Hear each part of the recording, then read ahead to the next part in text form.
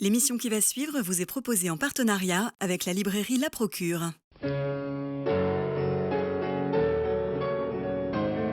Bernard Pivot est décédé, il avait 89 ans. Son émission Apostrophe, le vendredi soir, marquait la fin de semaine et l'enthousiasme à ouvrir des livres, à les avaler surtout. La pédagogie de l'enthousiasme, chère à Aragon, a trouvé son homme, Bernard Pivot. Ses amours pour le foot, le vin, la cuisine, la lecture en faisaient un gourmand de la vie. Cette gourmandise simple et populaire se diffusait dans toutes les librairies, les maisons d'édition, la presse et les lecteurs. Oui, la gourmandise, l'envie, la joie, jamais de jargon universitaire ni d'intellectualisme, je vais y arriver. Il interrogeait sans s'interroger, il questionnait sans rien imposer, et toujours dans cette bonne humeur qui le rendait proche des gens, des auteurs comme des lecteurs. En cela, il fut un incontournable passeur. À bientôt, ou plutôt adieu. Bernard Pivot, autre deuil, Léo Cher, qui nous a quittés. Je transmets ici à son épouse Nathalie Cher toutes nos affectueuses, Nathalie Reims, toutes nos affectueuses pensées. Léo Cher, qui est l'éditeur de votre premier roman, Frédéric Socher, bonjour.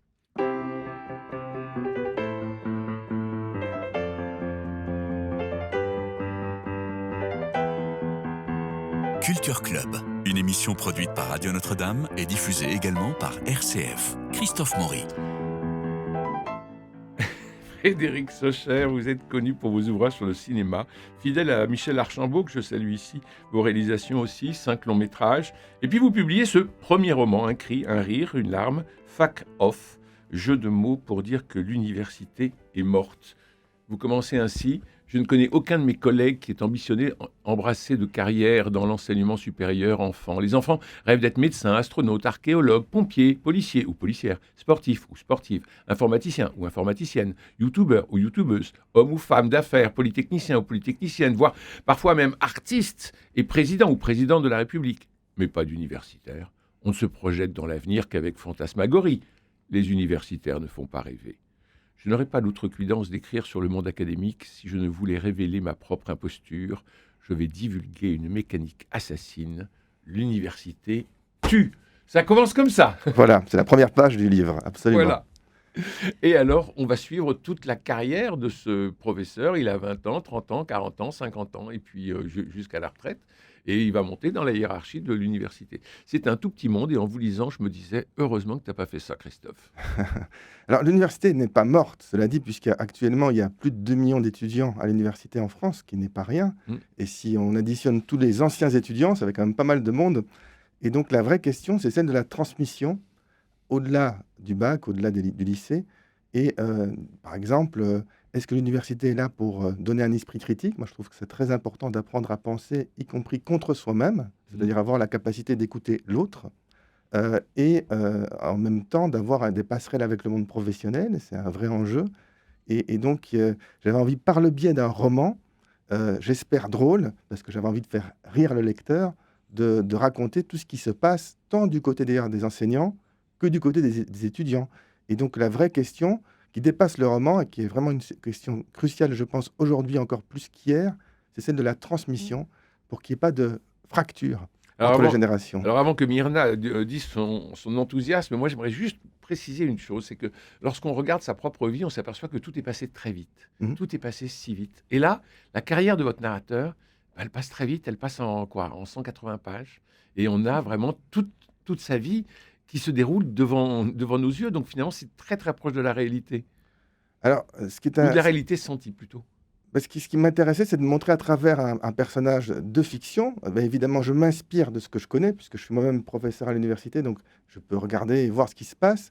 Mais c'est important pour moi la fiction, parce que la fiction, elle permet d'inventer des personnages, en tout en s'inspirant du réel, mais aussi d'avoir des rebondissements, parce que j'avais vraiment envie que le lecteur puisse prendre, je l'espère, plaisir à lire le livre, et donc que ce ne soit surtout pas un livre universitaire, et que ce ne soit pas non plus une étude sur l'université scientifique, mais qui est ce plaisir de la fiction qui permet en même temps, comme dans beaucoup de romans, il y a plein de romans qui permettent d'avoir accès à des milieux qu'on ne connaît pas grâce à un récit.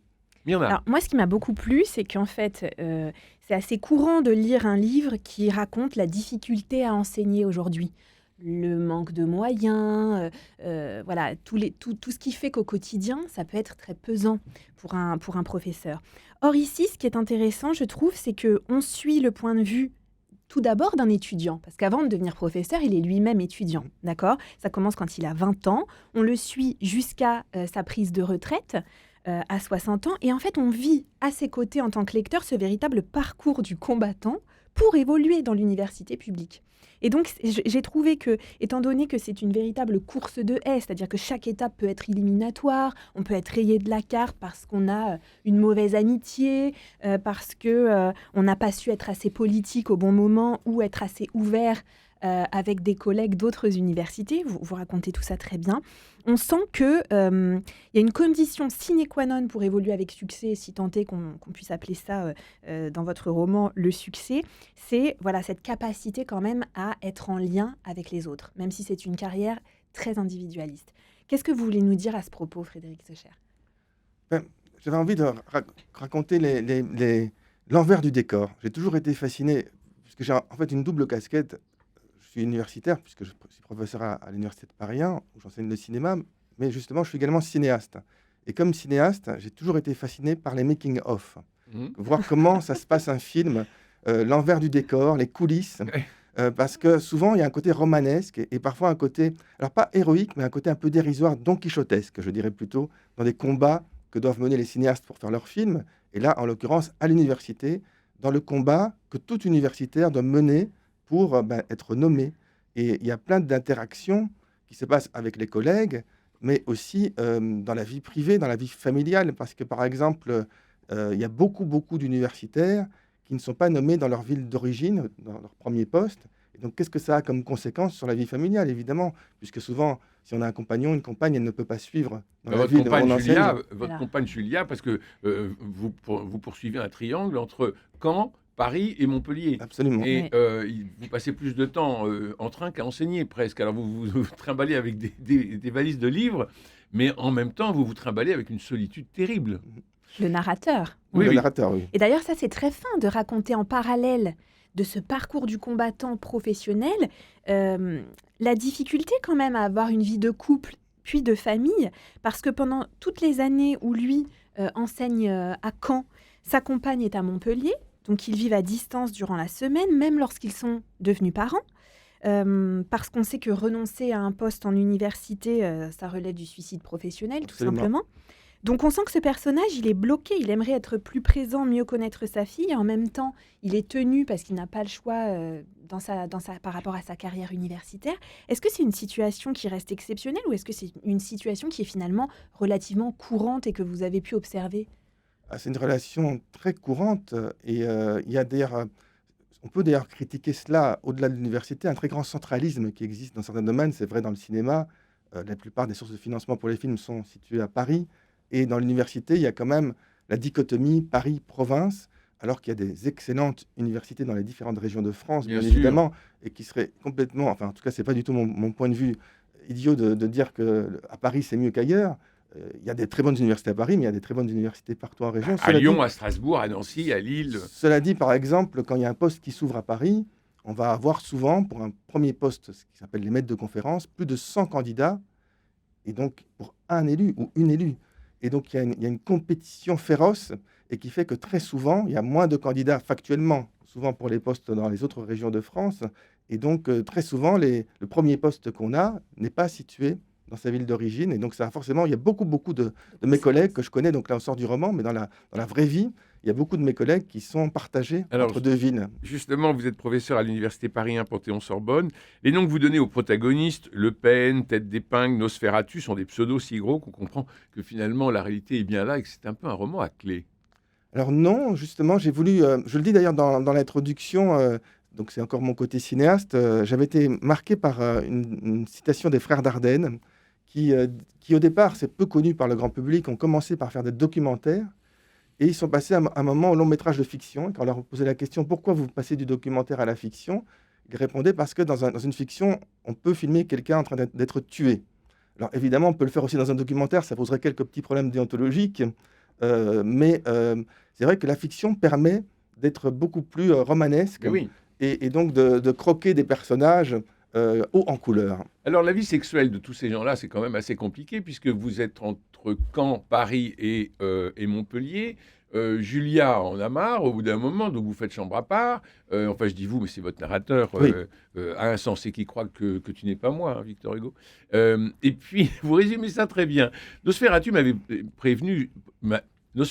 prétendu jadis que tous les universitaires avaient une maîtresse, étudiante, secrétaire ou collègue, forcément plus jeune. C'est exagéré. Aucune étude statistique ne démontre que les coucheries soient davantage pratiquées à la fac que dans les autres milieux. Certes, Le Pen avait fait voler son couple en éclats à cause d'une étudiante. Le Florentin s'était marié en seconde noces avec une doctorante. Un professeur faisant figure de référence dans mon domaine eut tout au long de sa carrière universitaire des relations homosexuelles avec de jeunes gens, ce que son épouse ignorait totalement. Donc on sent qu'il y a une espèce de folie au sein des couloirs de la Sorbonne et peut-être de toute université que vous décrivez avec malice. Alors, c'est presque un... Enfin, tout le monde sait qu'il y a eu dans l'histoire des rapports entre étudiants et enseignants, ou étudiantes et enseignants. Et oui. D'ailleurs, notre président de la République, aujourd'hui, en est le vivant exemple. Mais la question qui se pose plus est celle de... est-ce qu'il y a un abus de pouvoir ou pas? Et ça, c'est la question qui se pose aujourd'hui dans notre génération à nous. Et donc, je pense que c'est très important. Souvent, mes étudiants disent que c'est l'ancien monde.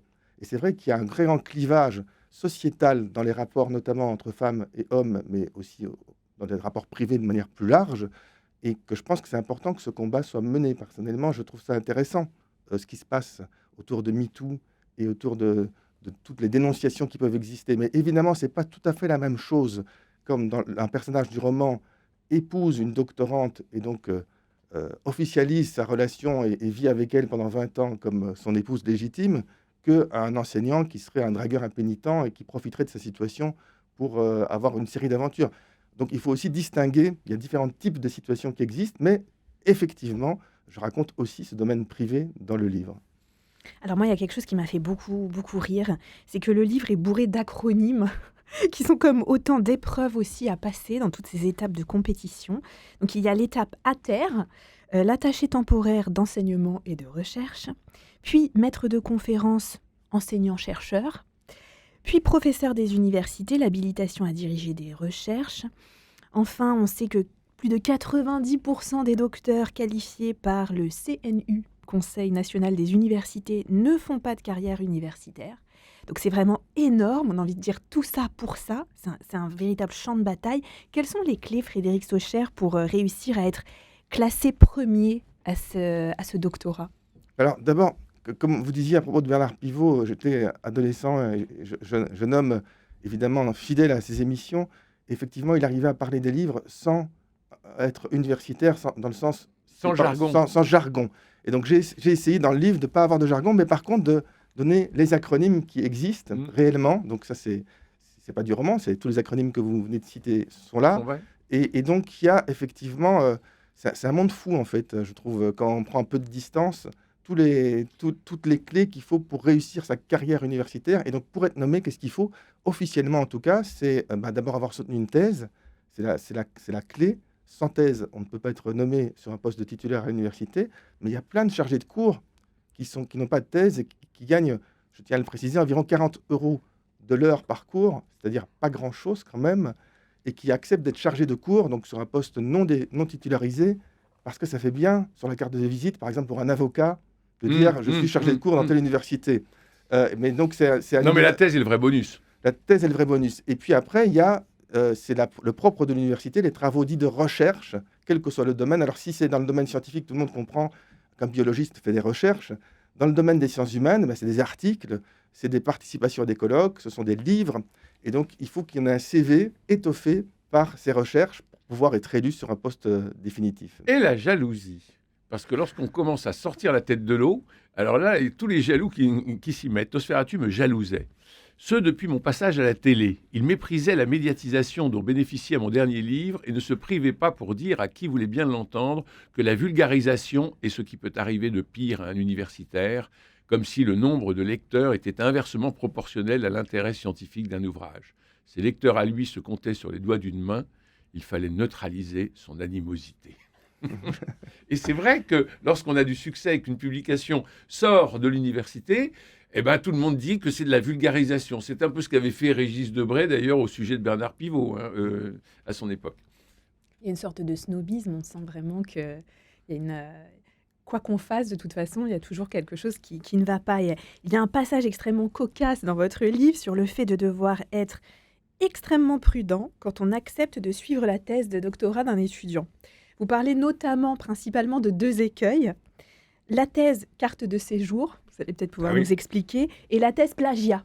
Alors, j'ai pris vraiment beaucoup de plaisir à découvrir ces 2 exemples-là. Vous voulez nous en dire quelques mots ? Pour le plagiat, en tout cas, c'est vraiment d'actualité, puisque maintenant, avec l'intelligence artificielle, de plus en plus, on peut avoir des recours donc, à des outils qui rendent même le plagiat indétectable. Et ce qui fait... Parce que là, on parle de tous les travers de l'université, c'est l'objet du livre, à travers ce parcours et ces personnages, mais il y a aussi, en ce qui me concerne, je suis un amoureux de l'université. Je pense que c'est très important de se battre pour que l'université continue à avoir son rôle, c'est-à-dire de passage de flambeau, de lieu où les débats et l'esprit critique peuvent s'exercer.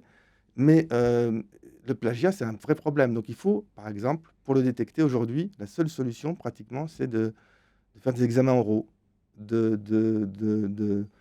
pour les soutenances. D'éviter l'écrit. Voilà, puisqu'il y avait jusqu'ici des logiciels qui permettaient de détecter les plagiats et qui sont pratiquement impuissants face aux nouveaux outils de l'intelligence artificielle. Et si on revenait aux manuscrits à l'encre ? Ce serait une belle chose aussi, mais c'est dans les partiels. Là, je suis en train de corriger des partiels. Ils sont toujours écrits à la main, Dieu merci. Bon. Alors, dans le roman, donc, à l'époque, les thèses étaient principalement en version papier. Donc, on voit qu'elles étaient conservées dans l'université de rattachement, souvent à l'étranger. Donc, ça rendait aussi la détection du plagiat plus difficile. Il fallait parler avec ses collègues experts. Et puis, il y a la thèse carte de séjour. Alors, celle-ci, c'est une autre version encore. Alors, je vais prendre le contre-champ. Parce que dans le master que je dirige, donc là je sors du roman, il y a beaucoup d'étudiants d'origine étrangère et je pense que c'est ce qui fait la grande force de cette formation et que c'est formidable d'avoir des étudiants qui viennent de partout dans le monde en France et qui après parfois retournent aussi dans leur pays d'origine et sont, je pense, les meilleurs ambassadeurs qui soient de la culture. Et donc, voilà, donc je pense de l'excellence. La France continue à attirer énormément d'étudiants brillants. Donc je pense que c'est très important qu'il y ait des étudiants étrangers qui soient à l'université et que ce soit possible. Mais c'est vrai que parfois, il y a des étudiants qui peuvent s'inscrire, mais pas qu'en thèse, pour des mauvaises raisons, qui sont par exemple aussi tout simplement avoir un statut d'étudiant et qui ne viennent pas en cours, ça existe. Et donc on se rend compte à la fin de l'année que, en fait, alors peut-être qu'ils ont changé d'avis en cours de route aussi, la vie peut interférer. Mais ils ont bénéficié du Crous et de tous les avantages que... Oui, mais comment faire autrement ? Oui. Le problème de la thèse est spécifique, et donc ce n'est pas spécifique aux étudiants étrangers, c'est qu'une fois qu'on dirige une thèse, c'est très difficile de ne plus vouloir suivre l'étudiant ou l'étudiante, parce qu'on est rentré dans un processus qui est... Alors, dans le folklore des universités, il y a la grève. Oui. L'autre Sorbonne était à la pointe en matière de grève. Il suffisait qu'un mouvement social naisse dans le pays pour que les étudiants s'en déclarent solidaires. Même si les revendications des grévistes n'avaient rien à voir avec l'université ou la condition estudiantine, il fallait faire grève par solidarité. Les cheminots se battaient pour garder leur régime spécial. Il fallait bloquer l'université tant que le gouvernement ne leur accordait pas la prolongation de leurs privilèges. J'étais doublement touché par la grève. Les TGV annulés et les cours suspendus. J'étais coincé à Paris. Et c'est vrai que c'est dans le folklore estudiantin, dès qu'il y a la moindre chose, hop, tout de suite, il faut être solidaire. C'est pas nouveau, ça. On peut remonter jusqu'à 68, en tout cas, au moins, avec différents rebondissements. Mais c'est la générosité de la jeunesse. On a tous... moi, je suis plus jeune, mais j'ai aussi été jeune, et je sais que c'est bien d'avoir des passions de jeunesse qui peuvent parfois être un peu excessives dans leur expression.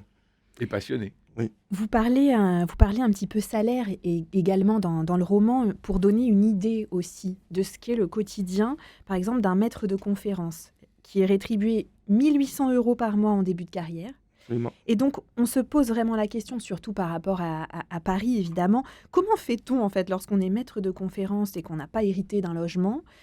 On vit en colocation jusqu'à quel âge, en fait ? Comment ça se passe Mais c'est pour ça que je connais beaucoup de mes collègues qui ne peuvent pas vivre à Paris, et donc qui doivent vivre en grande banlieue ou qui font qui prennent le TGV pour aller plus loin, parce que quotidiennement. Alors pas forcément quotidiennement, mais pour aller donner leurs cours, Et donc, c'est la vraie question de C'est une réalité, hein. quel est l'engagement de l'État pour l'enseignement supérieur. Ce qui pose d'ailleurs une autre question, c'est la compétition de plus en plus féroce qui existe aujourd'hui entre les écoles privées et l'enseignement supérieur public. Et de mon point de vue, c'est important que chaque étudiant puisse avoir accès à l'enseignement supérieur et qu'il n'y ait pas nécessité d'avoir des parents ou d'avoir des moyens propres Bien pour sûr. pouvoir avoir accès à l'enseignement supérieur. Là, c'est une vraie question actuelle aussi qui se pose. Et vous l'illustrez vraiment bien dans le roman. Est-ce que la faculté, fac-off, comme si on éteignait maintenant, hein, on éteint le bouton, et c'est un jeu de mots, est-ce que l'université n'est-elle pas envahie par l'administration, comme l'hôpital, comme tous les services publics finalement?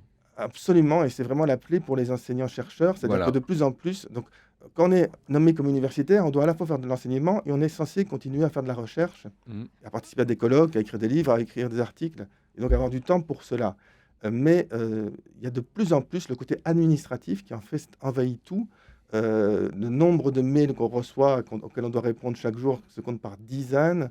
Il y a toute une série de plateformes qui ont été mises en place. Par exemple, actuellement, la plateforme Mon Master, pour avoir accès à un master. Dans le master que je coordonne, il y a 1300 candidats pour 25 places. Et donc, il faut lire 1300 dossiers. Donc, tout ça prend un temps forcément gigantesque. Bien plus important d'ailleurs que donner les cours. C'est ça le paradoxe. Mais oui. Alors, Ouais. À la fin du roman, votre narrateur arrive en fin de carrière. Et là, vous avez une page vraiment qui est très touchante. Vous expliquez que lui renonce à demander le titre de professeur émérite, qu'il trouve ça pathétique, de quémander à exercer gratis après tout ce qu'il aura dû passer pour arriver là. Est-ce que ça aussi, c'est quelque chose qui vous a questionné, que vous avez observé? Alors, il faut d'abord peut-être rappeler pour nos auditeurs ce qu'est les professeurs émérites ou l'éméritat. Qu'est-ce C'est-à-dire que c'est c'est-à-dire précisément? qu'une fois qu'un professeur des universités est pensionné, il peut continuer à diriger des thèses et à participer à des jurys de thèse s'il est professeur émérite. Mais cela à titre gratuit. C'est-à-dire qu'il touche sa retraite normalement, mais aucun supplément. Mais pour pouvoir être professeur émérite, il faut passer devant une commission auprès de ses anciens collègues qui vous délivre donc en quelque sorte le label de l'éméritat. Et donc effectivement, je trouve qu'il y a quelque chose d'un peu pathétique au fait de quémander, Ah ben, on de pouvoir s'accroche. travailler gratuitement. Voilà. Ah ben, on s'accroche pour garder le titre et pour garder le contact avec les étudiants. Voilà. Mais là encore, il faut passer devant un jury. Même Exactement. pour cette dernière étape. Mais oui. C'est Absolument. complètement aberrant. Mais en fait, c'est de la cooptation permanente. Oui. Alors pas que de la cooptation, parce qu'il y a quand même des critères factuels, objectifs. Si on n'a pas de thèse, par exemple, on ne peut pas être coopté. Oui. Oui, mais ils ne Euh, suffisent pas en tout cas pour réussir. Et donc, il y a ces doubles approches. Oui. Mais voilà, je voulais quand même rendre hommage à Léo Cher, puisque c'est l'éditeur du livre qui vient de nous quitter, et de dire à quel point j'ai un plaisir aussi à travailler avec Angie David, qui travaille chez Léo Cher, et qui a accompagné ce roman. C'est la première fois que je fais un roman, et elle m'a fait plein de remarques. On ne le dit pas suffisamment, on cache quand on est aidé pour l'écriture. Alors c'est moi qui suis l'auteur du manuscrit, elle n'est pas l'autrice, mais elle m'a vraiment fait un travail d'accompagnement éditorial, et je trouvais ça formidable. Un bébé, ça se Bravo. fait entre un monsieur et une dame. Eh bien, un livre, ça se fait entre un éditeur et un auteur. D'ailleurs, les deux noms, votre nom et le nom de l'éditeur, figurent sur la couverture. Donc, c'est ce mélange des deux qui Et est Angie important. dans les remerciements. Absolument. Demain, la Flamme olympique arrive à Marseille. Elle arrive sur un bateau qui s'appelle le Belém. Le Belém, imaginez-vous que c'est la caisse d'épargne qui le gère. Et il y a un très beau livre, si vous ne regardez pas la télévision, l'arrivée de la Flamme olympique, si vous voulez participer à cette ferveur populaire absolument extraordinaire qui va être le démarrage des Olympiades Made in France, eh bien, je vous recommande ce beau livre qui s'appelle « Embarqué à bord du Belém », qui est publié chez Flammarion et qui est un livre de photos sur ce bateau absolument incroyable. Et on y voit notamment tous ces jeunes qui sont à bord avec des marins fort aguerris, mais ils ont pris des jeunes à bord et on sent dans les photos du photographe Philippe Matsas, qui est un très bon photographe, notamment il fait beaucoup de portraits d'auteurs, vous savez. Et Philippe Matsas a consacré je ne sais pas combien de temps sur le Belém à photographier ces jeunes qui travaillent, qui sont mélangés avec des marins très professionnels. Et puis, il y a une préface de Christelle Delarose, qui est la déléguée générale de la Fondation Belém à la Caisse d'épargne et qui s'occupe entièrement depuis très très longtemps, depuis de nombreuses années, de ce bateau, faire en sorte que ce bateau puisse continuer à voguer et à vivre. C'est un symbole très important que la flamme olympique vienne sur le Belém. Montrez-le. Ils arrivent demain à l'écran devant moi. Embarqué à bord du Belém. Parfait. Voilà, embarquez, partagez, découvrez, plongez dans l'histoire de ce monument de la marine, dernier représentant des grands voiliers de commerce du 19e siècle. Devenez le temps d'un livre, marin à bord du Belém. Voilà, merci Frédéric Socher. Merci. Je rappelle que vous avez écrit Fac Off, un premier roman publié chez le regretté Léo Cher. Merci Myrna Hénou, merci Jean-Paul Lérine pour la réalisation, François Dieudonné, Philippe Malpeuch, Camille Meyer, Faustine pour la réussite technique de notre rendez-vous. Demain, nous irons au cinéma. Jour férié et beau temps prévu, peut-être serez-vous à la plage. En tout cas, prenez soin de vous et des autres et je vous embrasse.